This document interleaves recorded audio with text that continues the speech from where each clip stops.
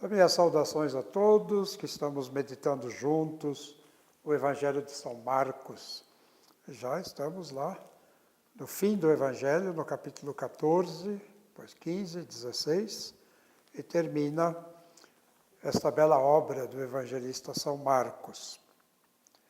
O capítulo 14 é o início da paixão, morte e ressurreição de Jesus Cristo. Já começamos a meditar e vamos retomar e continuar a nossa reflexão, então, a partir deste capítulo.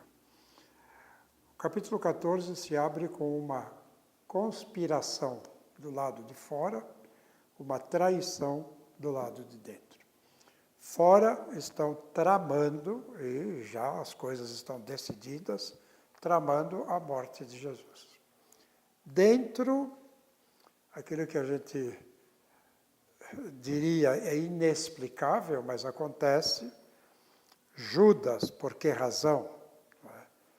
Entrega Jesus, e aqui é uma traição bem concreta, da qual se pode ver os elementos que a constituem.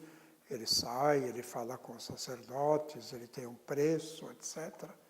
E uma negação da parte de Pedro, que, motivado por medo,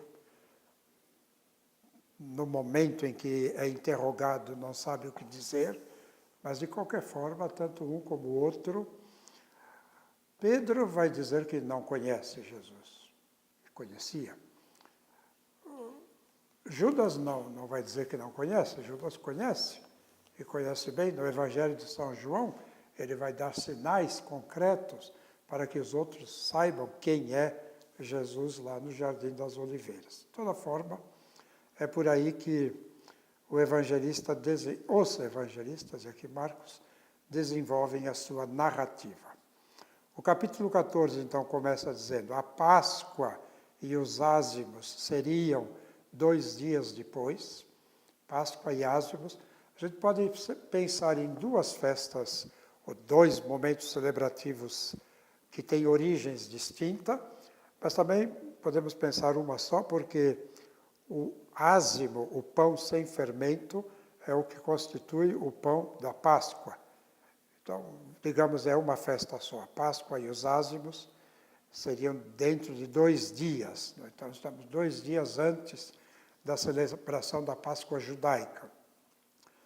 Os chefes dos sacerdotes e os escribas. Então, são esses 2 grupos.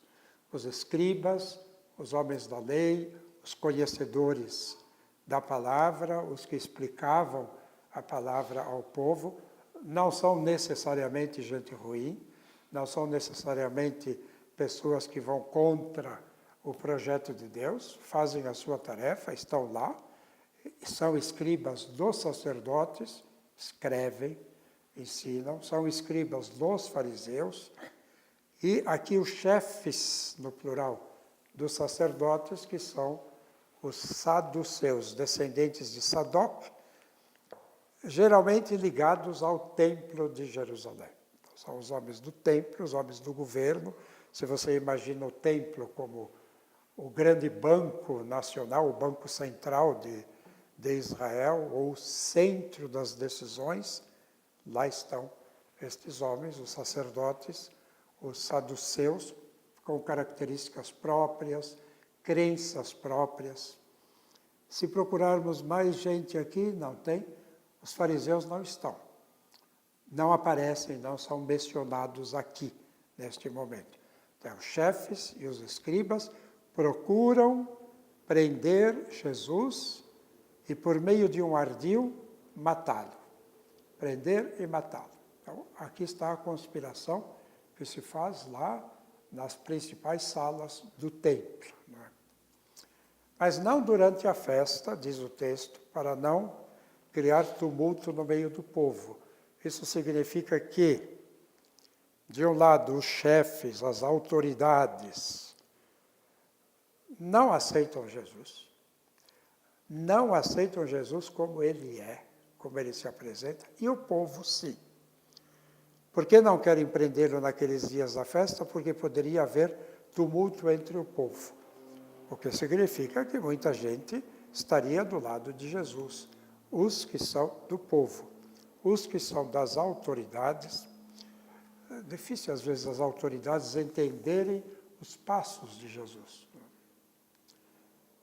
Como acontece sempre, há certas atitudes, que são as atitudes tipicamente evangélicas, mesmo entre nós, que são difíceis de serem aceitas e de serem entendidas. E aqui se joga essa responsabilidade para as autoridades. Um parênteses, mas um parênteses bem encaixado dentro da trama toda, em Betânia, há uma refeição, na casa de, aqui diz assim, quando Jesus estava à mesa em casa de Simão o leproso, aqui é um fariseu, este Simão. Então entra uma mulher, nós temos a cena da mulher que vai ungir Jesus, de alguma forma. Já mencionamos isso.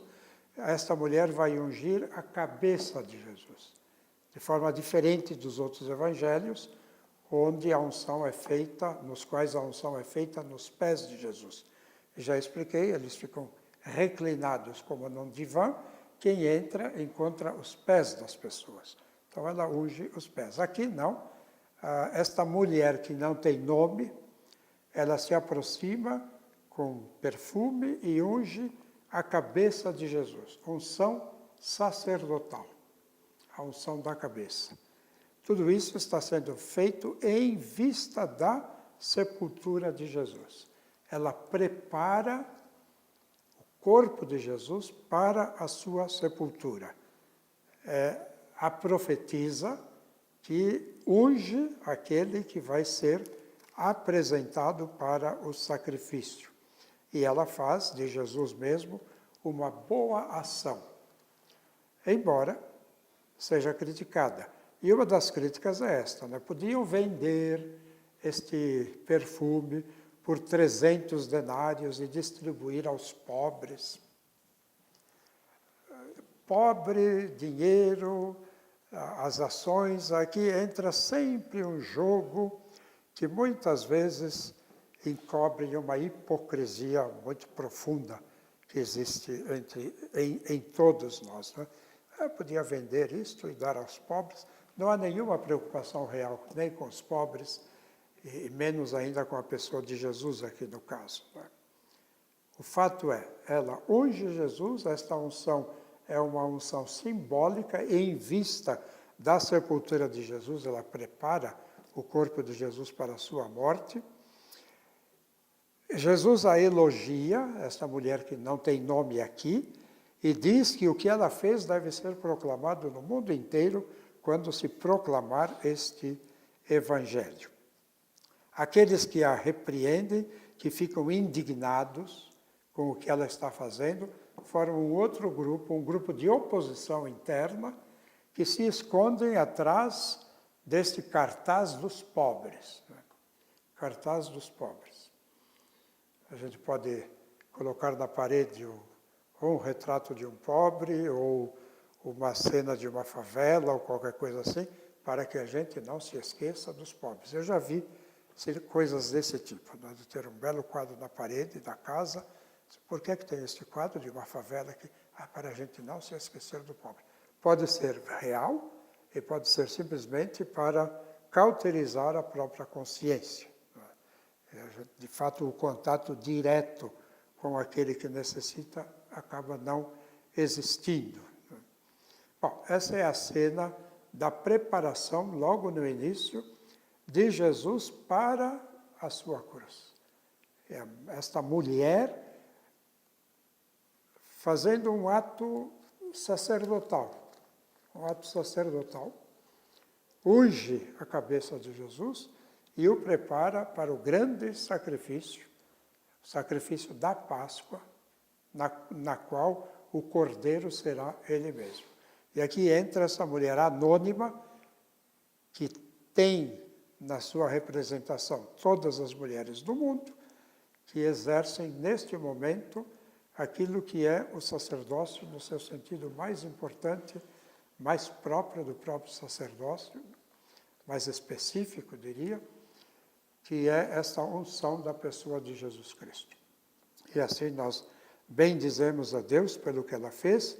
Onde quer que venha a ser proclamado o Evangelho em todo o mundo, também o que ela fez será contado em sua memória, diz Jesus encerrando a cena.